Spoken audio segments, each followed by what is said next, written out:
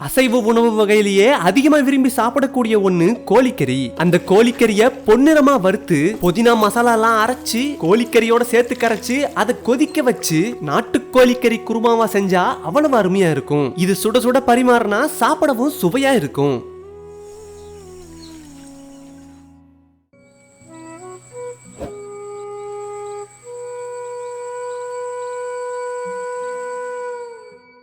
கோழிக்கறி குருமா செய்ய தேவையான பொருட்களை இப்ப பாத்திரலாம். 1 கிலோ நாட்டு கோழிக்கறி, 5 பிரியாணி இலை, 10 ஏலக்காய், 3 மராத்தி மொக்கு, 5 அன்னாச்சி பூ, 4 பட்டை, அரை ஸ்பூன் லவங்கம், 1 ஸ்பூன் பெருசீரகம், 1 ஸ்பூன் சீரகம், அரை ஸ்பூன் மிளகு, அரை மூடி தேங்காய், 1 கட்டு புதினா, 1 ஸ்பூன் பெருஞ்சீரகம், 10 வரமிளகாய், 2 வெள்ளை பூண்டு, 100 கிராம் சின்ன வெங்காயம், 4 தக்காளி, 20 கிராம் வர கொத்தமல்லி. இப்ப நாட்டுக்கோழிக்கறி குருமாவுக்கு தேவையான மசாலா பொருட்களை தயார் பண்ண ஆரம்பிச்சிடலாம். ஒரு சட்டியில வரமிளகாயவும் வர கொத்தமல்லியையும் வறுக்க ஆரம்பிச்சிடலாம்.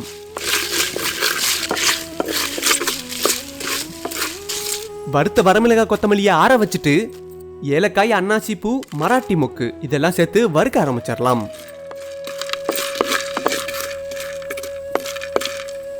இப்ப இது கூடவே பிரியாணி இலையவும் மிளகு சீரகத்தையும் சேர்த்து வறுக்க ஆரம்பிச்சிடலாம். அடுத்து பட்டை லவங்கம் பெருஞ்சீரகத்தையும் சேர்த்து நல்லா வறுக்க ஆரம்பிச்சிடலாம்.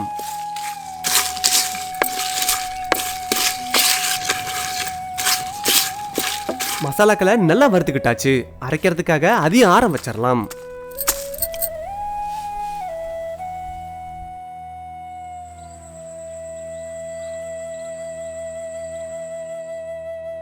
நல்லா ஆறுனதும் வறுத்த மசாலாக்களை அம்மியில வச்சு அரைக்க ஆரம்பிச்சிடலாம்.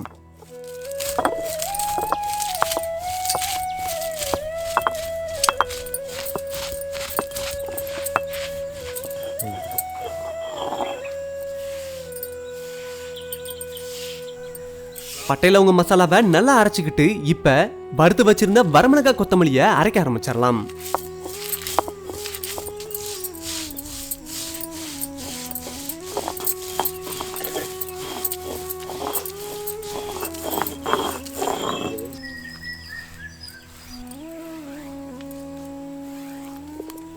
வரமிளகாய் கொத்தமல்லிய நல்லா அரைச்சுக்கிட்டாச்சு. இப்ப இஞ்சி பூண்டையும் அம்மியில வச்சு அரைக்க ஆரம்பிச்சிடலாம்.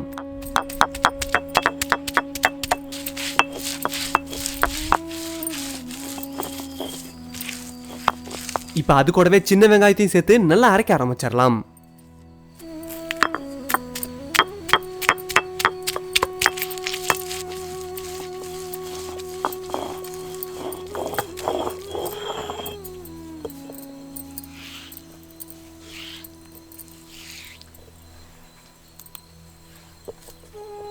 இஞ்சி பூண்டு சின்ன வெங்காயத்தையும் அரைச்சிக்கிட்டு இப்ப தேங்காயவும் அரைக்க ஆரம்பிச்சிடலாம்.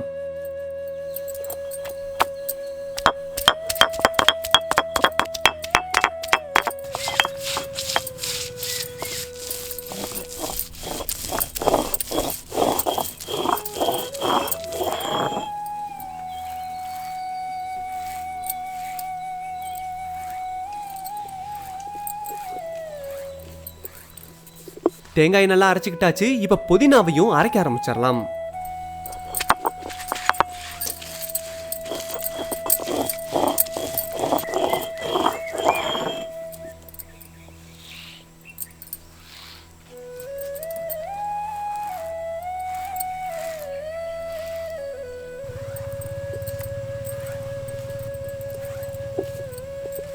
எல்லா மசாலாக்களையும் இப்ப அரைச்சு தயார் பண்ணிக்கிட்டாச்சு.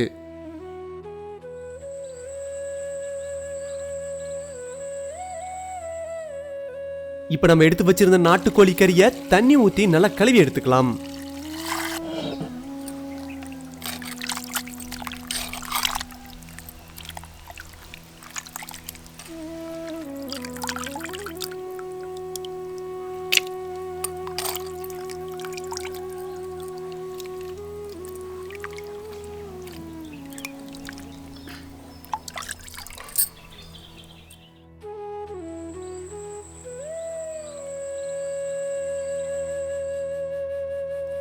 இப்ப சட்டி நல்லா சூடானதும் கொஞ்சம் நல்லெண்ணெயை சேர்த்து நம்ம எடுத்து வச்சிருந்த பெருஞ்சீரகத்தை சேர்த்துக்கலாம். அடுத்து நம்ம அரைச்சு வச்சிருந்த இஞ்சி பூண்டு சின்ன வெங்காயத்தை சேர்த்துக்கலாம்.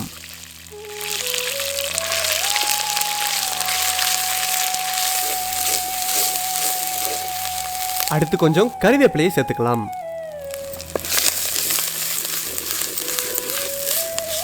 அடுத்து நம்ம அரைச்சு வச்சிருந்த புதினாவை சேர்த்து நல்லா வதக்க ஆரம்பிச்சிடலாம்.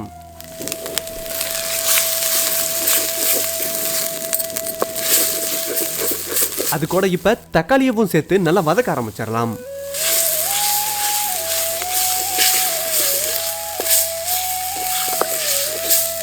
இப்ப கழுவி வச்சிருந்த நாட்டுக்கோழி கறியை சேர்த்துக்கலாம்.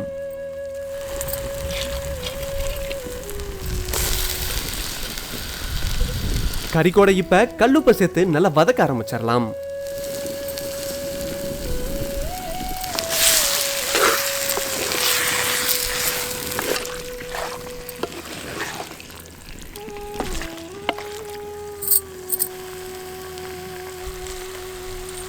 அடுத்து கொஞ்சம் மஞ்சத்தூள் சேர்த்து நல்லா கிளறி விட்டுறலாம்.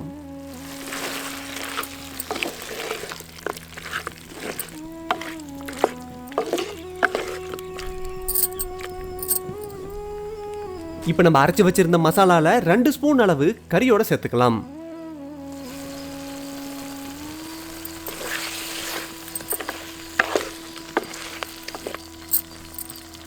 அடுத்து நம்ம அரைச்சு வச்சிருந்த வரமிளகாய் கொத்தமல்லியை சேர்த்துட்டு கொஞ்சம் தண்ணியை சேர்த்துக்கலாம்.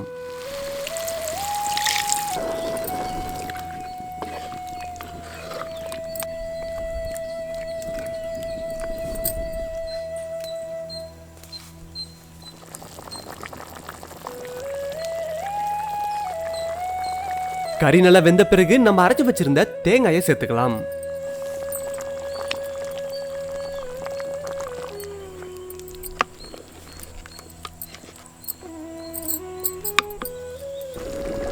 இப்ப நம்ம சேர்த்த தேங்காயோட பச்சை வாசம் போற வரைக்கும் நல்லா கொதிக்க விடணும்.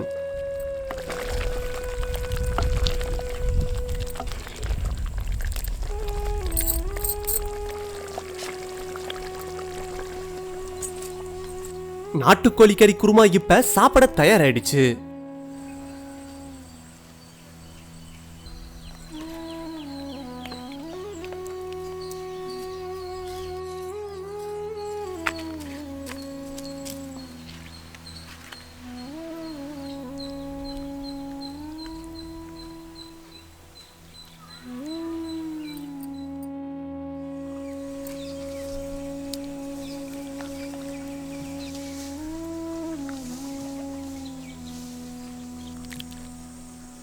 இந்த நாட்டுக்கோழி கறி குருமாவை சப்பாத்தியோட சேர்த்து சாப்பிட அவ்வளவு அருமையா இருக்கும்.